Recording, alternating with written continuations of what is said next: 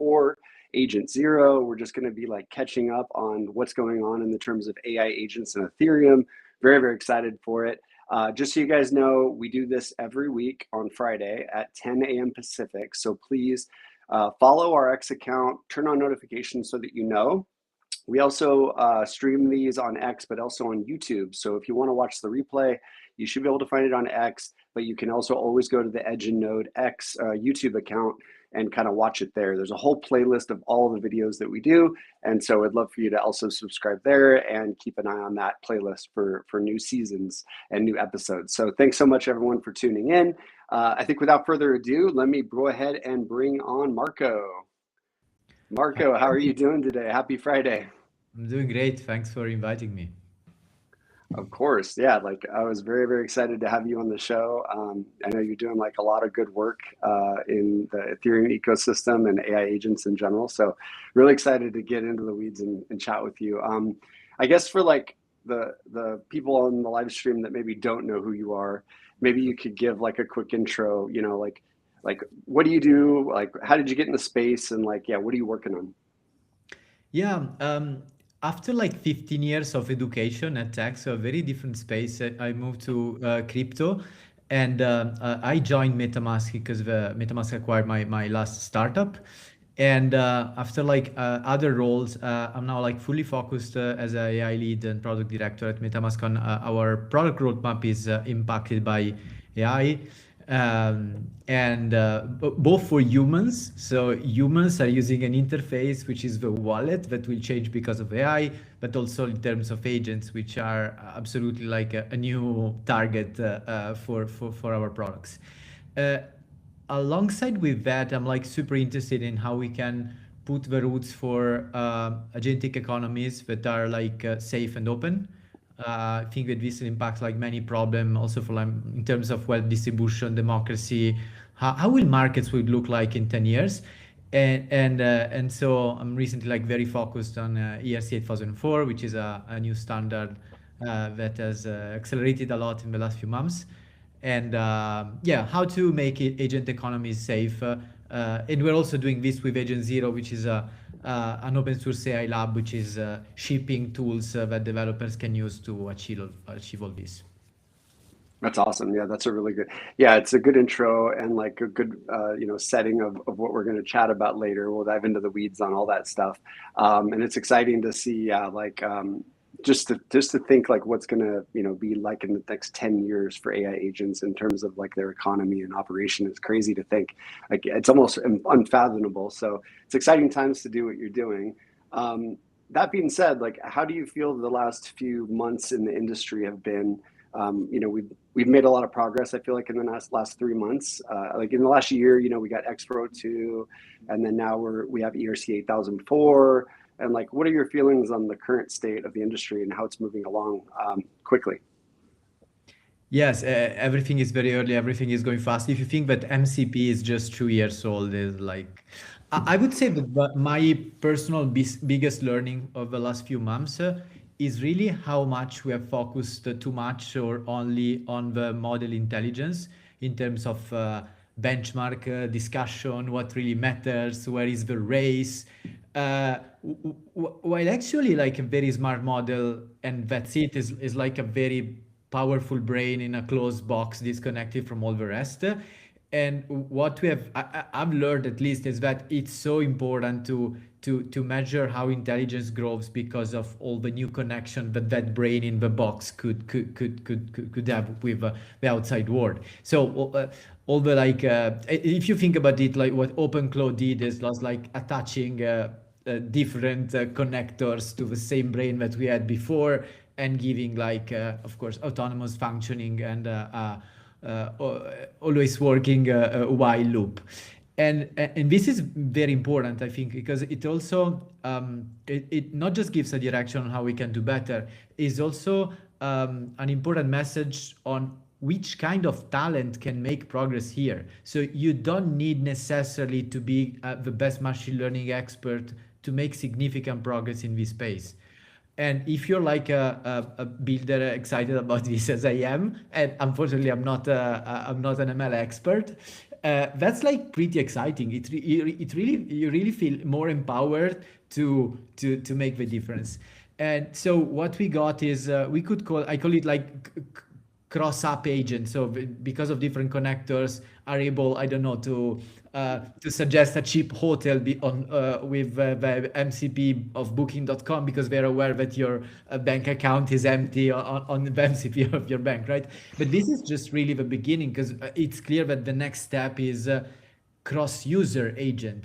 Because if you think about it, the large part of AI usage that we are doing is like this model with some context or memory which is ours, and it's trying to assist us. It's our assistant, and but my agent is not like. This could mean many things: sharing memory, sharing tools. It's not easy, but I think that breaking this wall is like another step that after this learning of the next few months, the industry will focus on in the next 6 months or so. Yeah, that's interesting. It's almost like we're having to like kind of mash up everything that we've learned with like traditional Web 2, traditional Web 3, that I guess you could say, I don't know if it's traditional, but more modern Web 3, and then now AI, and we're kind of just having to like mash these all together to make them work well together. That's kind of how I see it. But with still like thinking about like, yeah, the greater kind of vision, which is like, yeah, agent autonomy, agents talking to each other. It's really, really exciting. Where do you think we are with agent economies? Like, X402 last year had a really strong push. There's a lot of really good use cases for like AI agents, like spending over X402 for like micropayments, and maybe even like human to agent for like larger payments. What phase of that kind of payments layer for agents do you think we're in, and like is there room to grow? Because I know there's been some explosion, and then it's kind of cut down a little bit, but I wonder what your thoughts are there. Yeah, the sentence that we always like overestimate in the short term and underestimate in the long term is very applicable also here. So the cold shower answer is that, well, economy is where you like sign deals, right? Make deals, and you have somebody selling, somebody buying.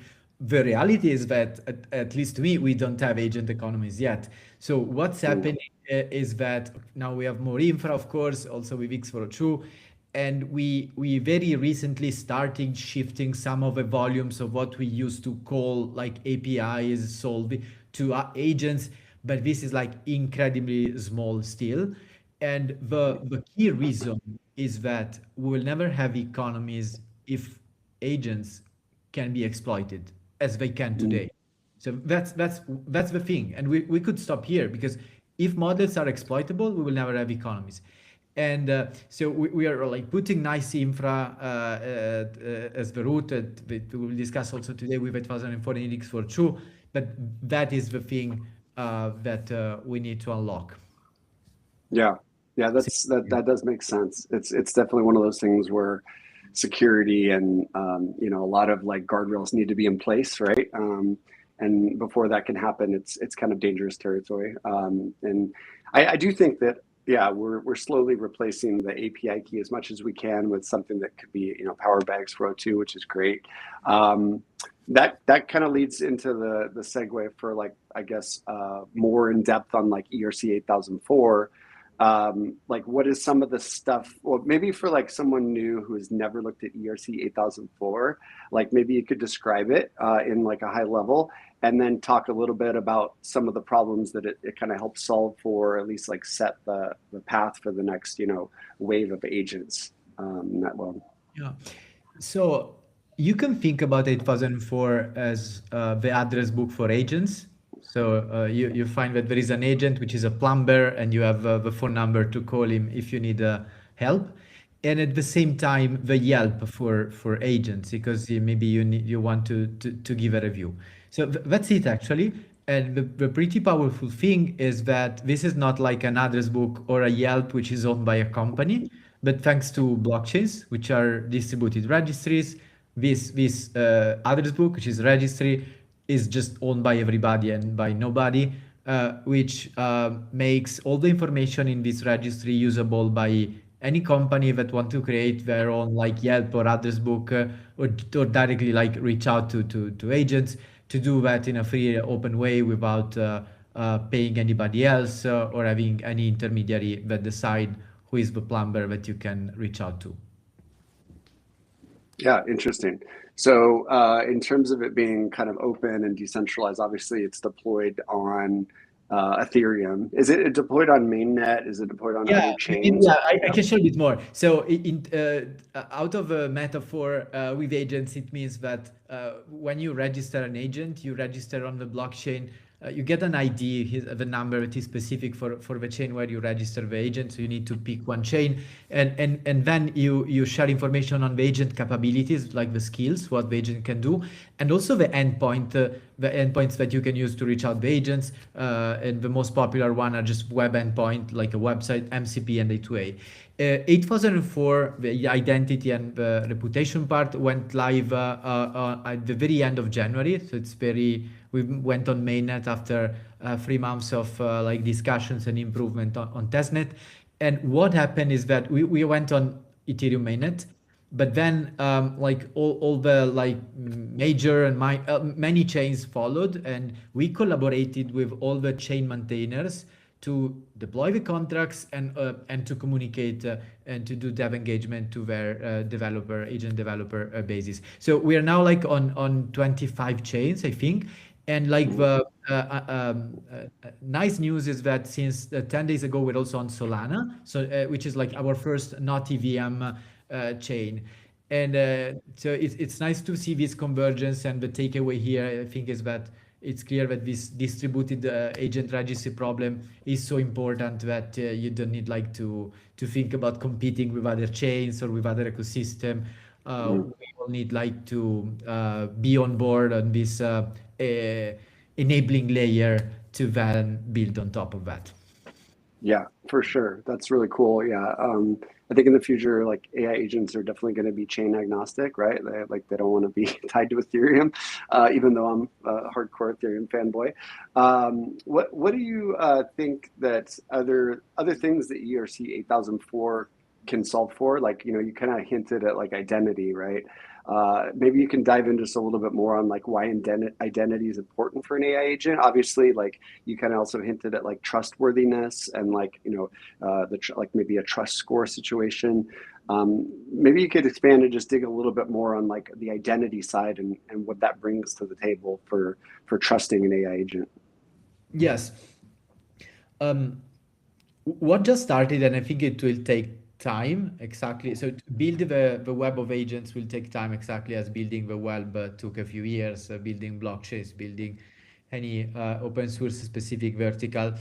Um, and that's, I think, important also to set expectation of how much to be satisfied on how much we progress, but also on how much we still need to work on, also involving people outside our niche. So it's important to, when you discuss this topic, to be aware of the fact that we are really like thousands of people, of builders, thousands of companies, super small numbers.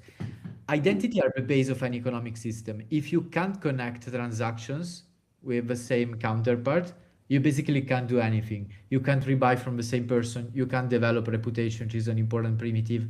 And in this case, you can't connect the dots between the agent and his owner or operator. And in particularly in the next few years, when of course we will have an hybrid world where we will not have like uh, I think we're very far from having agents running a billion-dollar company independently from any human. And so what will happen in the short term is that you will trust an agent a lot also based on the trust that you have for the operator. So having a connection between identities, it's important. And Mm. and you need cryptography. Not necessarily, in this case, you're also using blockchains with 8004 as a registry, but our like standard cryptographic tools that we have, I'm just talking about asymmetric cryptography, will just be what humans will use, not doing the math alone, but with their smartphone to check if the agents that they're considering to interact with is reliable because it's connected to some like domain. So Mm. domain trust, which is how like a lot of our like browsing works will still matter here, I think. So even if you're not browsing, your agent client will help you understanding that you can trust that agent because there is a signature that comes from the same owner of that domain. Mm. Um, so yeah, identity is very crucial. Our approach to that, we don't want to create our own identity system. We connect the registration file of 8004 with domains, emails, DIDs, ENS. We want to connect to that and not build like another identity system. We have too many. Yeah, that brings up a good question. So for the maybe like you could kind of paint a picture for like a developer. I think a lot of people that probably tune into this podcast maybe are developers. How does it look like for the life cycle of the agent? So, you know, let's say I have my AI agent and it's kind of like going to be I have a long life in terms of ERC-8004. I plan to like, keep it up and keep it running, but I need to like rotate its wallet. Like maybe I need to give it a new wallet. So its identity kind of is tied to that wallet. Is it easy for the agent to kind of say, hey, this is my new identity, this is my new wallet, go ahead and switch it over so that history kind of remains intact? What does that look like for a developer? Yes. So each agent on 8004 is an NFT. So using ERC-721. And so when you mint the NFT, you have an owner and you can optionally nominate operators. All these are like can update the registration file with all the information. You also set, and by default that's set to the same owner address, something called wallet address.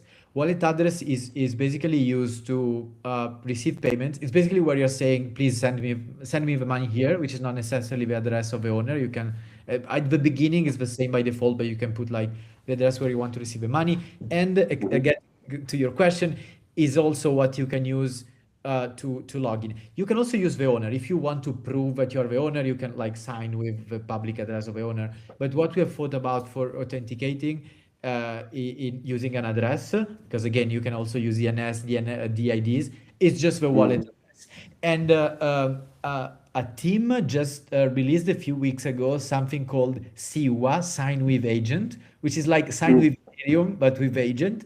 And actually, it's just it. If you're familiar with sign with Ethereum, it's your agent proving. And this is basically to prove that the agent that you're interacting with is the one on 8004. And when you do that, you can then connect the dots with the other endpoints connected to the 8004 agent. Reputation is maybe something we can also discuss about, but it's like the very first connection, the authentication that enable composability on top of that. Yeah, that's really exciting. Very cool stuff. Well, that kind of leads me into the next, I guess, part of what I'd like to talk to you about, which is the Agent0. And I know you have an SDK, and I think you guys are building some open source tools about that. Maybe you can just talk a little bit about like Agent0, how it came to be, what kind of things that you're working on in that kind of realm, and then also how people could get involved and kind of learn more about that. Yes, Agent0 is an SDK to make everything that we have discussed today super easy for developers. I don't think that developers should know about what an ERC is, about what ERC-8004 is. So it's basically a TypeScript and Python SDK where with one line of code you register the agent, you search for other agents using like all the parameters also related to reputation. So you can say, I want to like to get all the agents that are analysts that have received at least 7 reviews, and the minimum of those reviews is that, and I only want to. So it's very composable, and it really started as a community effort with a lot of like. I would say that half of the code now is written by like open source activists, and the other half is like me, which I'm an open source activist as well. So it's Me too. exactly. And we are also maintaining subgraphs, which are crucial because the con of having like everything on chain is that each agent points to this registration file which is off chain, and asking to any like user developer in this case to go through all the agents and do research. A search could take like hours, while if you have everything indexed, it takes 400 milliseconds, which is by far better. And so Agent Zero covers the life cycle: registration, search, give and receive feedback. And what we are shipping in half an hour is like our major upgrade that will also support um, messaging through A2A. So you will be able to like chat with other agents, assigning tasks, and also full X402 support in paying. Because with Agent Zero, uh, a private signer for now, when we're Mhm. like starting to evolve it, of course. And so if you like receive an endpoint that is API that is gated, that you need to pay with it, you will be able to like pay with just one line of code.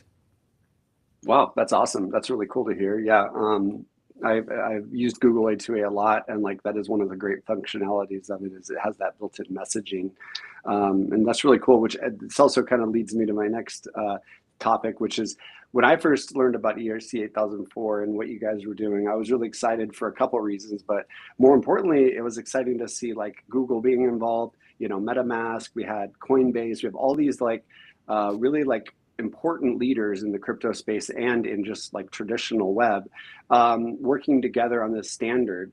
And so that was really exciting to see. What was it like working with such great people, and what was the kind of feeling of like what you guys were trying to accomplish, and why was that so important that you guys all kind of built this standard?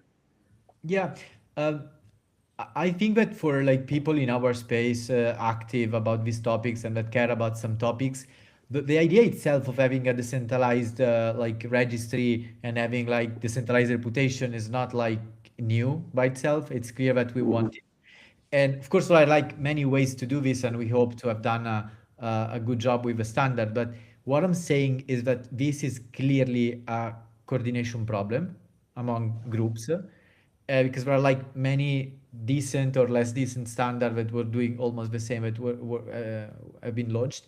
So what we have tried to do, and the project started from me and then of course from Davide from Ethereum Foundation. David and I really tried to involve more and more stakeholders and sharing the governance of this. So the large majority of the work has been to talk to groups, listen to their feedback, implement changes, because that's actually I think the main value that we have created. So having a convergence that is big enough to become magnetic, and all us together united to find the match that really means something, which is having open discovery and trust. Because let's remember that the alternative are gatekeepers, very strong in other spaces. And so I think it's very important to solve this coordination problem, to work together, and not like to uh, lose time in local battles on something where, by the way, there isn't a lot to fight for because it's an open registry. Nobody is making money, so it's just an enabling the enabling layer. Yeah, and that's I think why all these organizations that then have different product roadmaps that can leverage Mm-hmm. in different phases with standards are helping in different ways. Yeah. Yeah. Well, I know here at EdgeNode, we're very excited to work with the ERC 8004. We've integrated it into ampersand. We'd love to help contribute. So if there's anything you need there, just let us know. That's great. So in terms of like, I guess the current state, and like if everything's going the way, you know, we kind of planned over the next like, you know, 5 years, where do you see us going from here? Like, what do you think the next things we need to work on? What are like, yeah, some of the kind of like short-term kind of goals that we should be trying to hit, and what do you think will look like in 5 years from now, in general when it comes to AI Yeah. agents? And my answer, I'm sorry, will always be a mix of what I think will happen and what I hope will happen. Uh, I should probably Fair, that's fair. um, I think that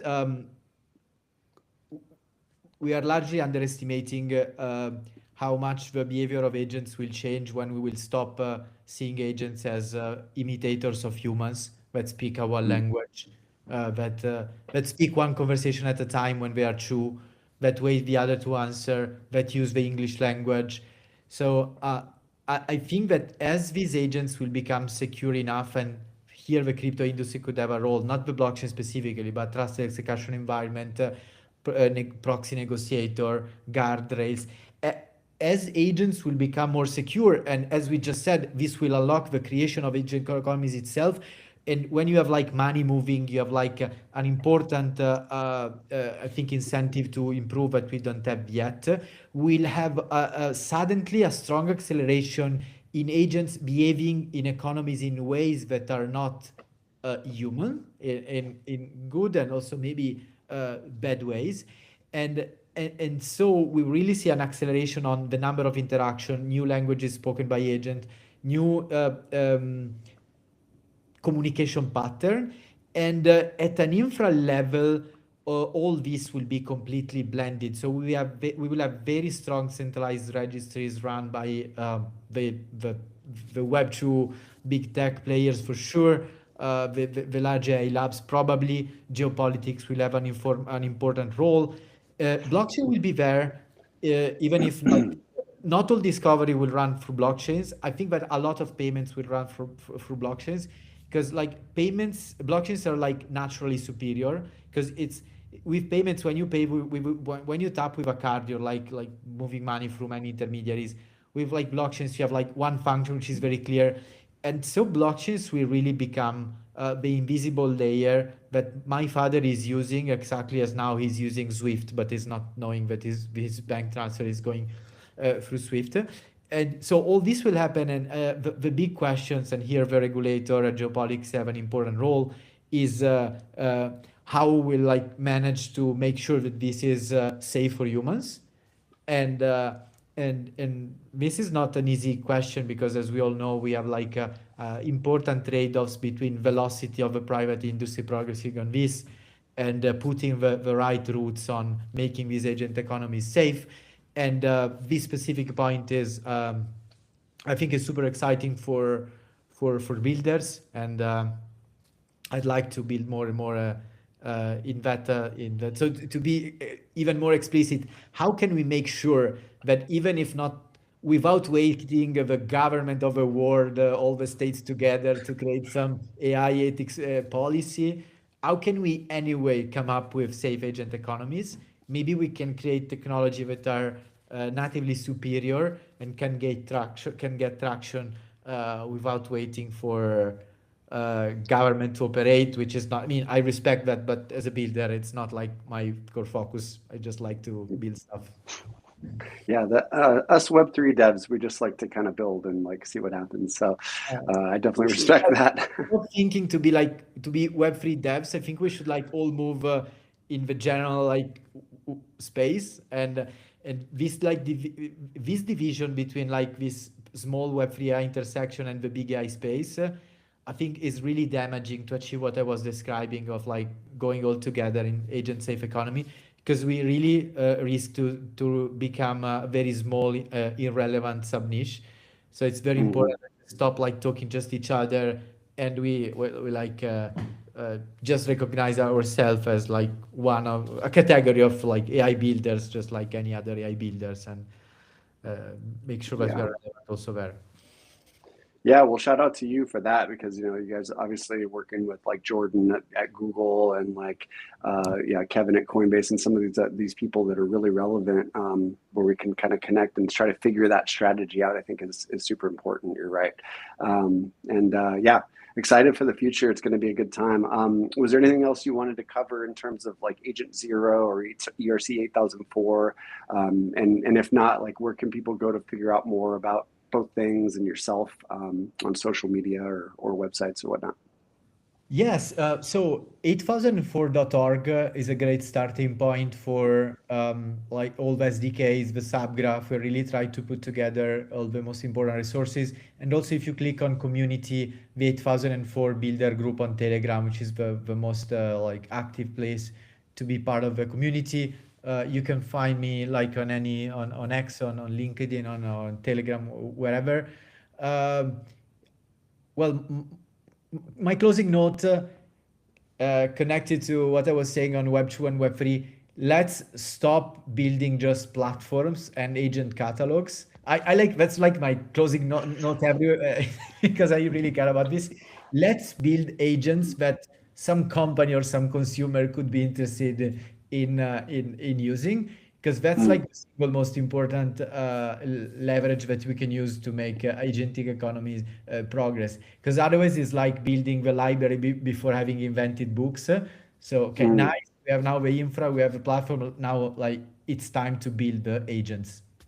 Yeah, I agree. I think it is time to build agents. We need to like show all the, it's kind of like, yeah, when you like come up with all the tools to get the job done, now you just need to like build the house, right? So just figure it out, build a house, build something that's going to be super useful.